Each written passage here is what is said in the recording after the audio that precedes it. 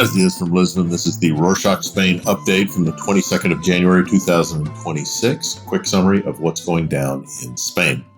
Start with a top story on Sunday the 18th. A train derailed in southern Spain near the town of Ademuz when the rear of a Malaga to Madrid passenger train carrying over 280 people slammed into an oncoming train traveling from Madrid to Huelva in the southwest. The impact derailed the front carriages of the second train, sending it down an embankment, scattering victims across the area. The accident is Spain's largest train accident in over 10 years. By Thursday the 22nd, official death toll had risen to 43, though authorities warned it could increase as rescue crews continued searching the area. On Monday the 19th, President Pedro Sanchez vowed to fully investigate its causes and declare 3 days of national mourning. He visited the first crash site, calling it a day of sorrow for all of Spain and promising that the government would uncover the origin of the tragedy with absolute transparency and clarity. Oscar Puente, the transport minister, described the incident as extremely strange and said the investigation could take at least a month. Initial reports had pointed to a possible faulty rail joint, though officials stress it is unclear whether this was a cause or a consequence of the crash. High-speed rail service in southern Spain remains suspended. Unfortunately, we've got more train accidents to report. On Tuesday the 20th, a commuter train derailed near Barcelona, killing the driver and injuring at least 37 people, 5 seriously. The Rodalies train struck a wall that collapsed onto the tracks between Gelida and Sant Sadurní in eastern Catalunya late on Tuesday evening during heavy storms. Rail officials said the wall hit the driver's cab first, causing severe damage to the first carriage, where most injuries occurred. Services across Catalunya's Rodalies network have been suspended for safety checks affecting about 400,000 commuters. Train drivers union SEMAF has called a strike following this week's 2 serious crashes. Sanchez hasn't said anything about this accident yet, but Puente released a statement on Tuesday the 22nd saying that heavy rains are likely to have caused the accident.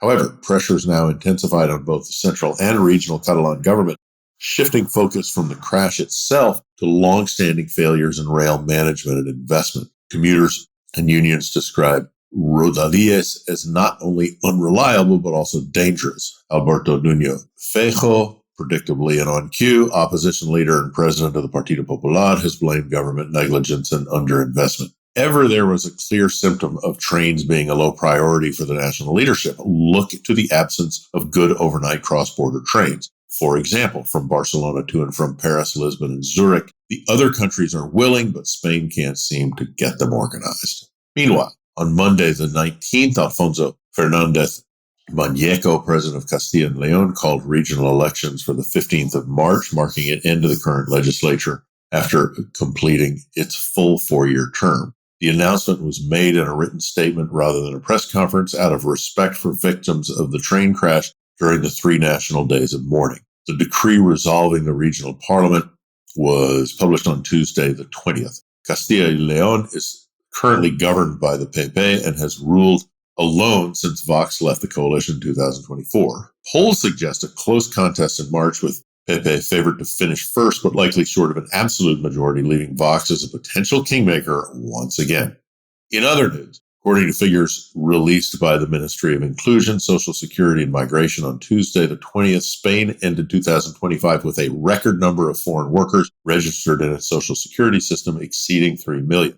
The total represents an annual increase of 208,000 workers compared to 2024, and a rise of more than 815,000 since 2021. Foreign workers now account for just over 14% of Spain's registered workforce, underlining their growing importance to the economy. Minister Elma Saiz described the contribution of foreign workers as structural and key to job creation, pension sustainability, and shared prosperity. Moroccans remained the largest group of foreign workers, followed by Romanians, Colombians, and Venezuelans.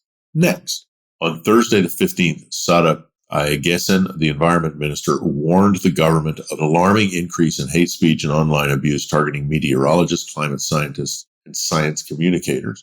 In a letter sent last week to government hate crimes prosecutors, Ayagesen said that recent ministry-reviewed studies showed a significant rise in hostile language on digital platforms, particularly Twitter. One study found that just over 17% of hostile posts contained hate speech or personal attacks aimed at professionals sharing verified scientific information, while another 2024 analysis identified climate emergency denialism in almost 50% of climate-related posts. Continuing on with climate, severe storms ran through Catalunya on Tuesday the 20th, prompting red alerts for torrential rain, widespread transport disruption, and flood warnings, particularly in the Girona region in the northeast. Emergency alerts urged residents to avoid rivers and flood-prone areas as several waterways exceeded danger levels.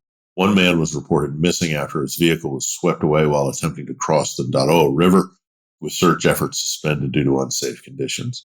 Road closures affected multiple routes in the province. While rail service was heavily disrupted, high-speed trains were halted after the overhead power line failure, and Rodalies commuter lines suffered cancellations and delays. While the storm has eased slightly, further rain is expected.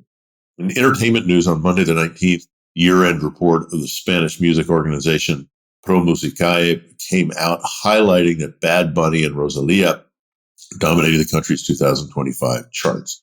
Bad Bunny was the country's top-selling artist for the third time in 4 years, with Debí Tirar Más Fotos topping the annual album sales chart for 22 weeks and earning 6 times platinum status. On the other hand, Rosalía led vinyl sales with her experimental classical-influenced album Looks, released in November. Despite spending only 7 weeks on the charts in 2025, it ranked second overall thanks to strong sales and critical acclaim.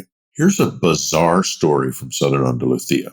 Saturday the 17th in Cadiz in the south, a carnival troupe staged an unusual tribute to the late physicist Stephen Hawking by parading through the streets in electric wheelchairs. The group, called Una Chirigota en Teoría, named after a genre of Spanish satirical folk song, wore gray suits and wigs mimicking Hawking's posture and robotic voice before performing a 30-minute musical act celebrating his scientific achievements. Group leader Miguel Ángel Llull emphasized that the act was intended as humorous and respectful and not offensive. Troupe also aims to raise awareness of motor neuron disease and plans to donate the 12 wheelchairs used in the performance to patients in need. The video of the parade went viral, with online users noting Hawking's known sense of humor and charitable intent behind the performance. Check out the video, a link in the show notes.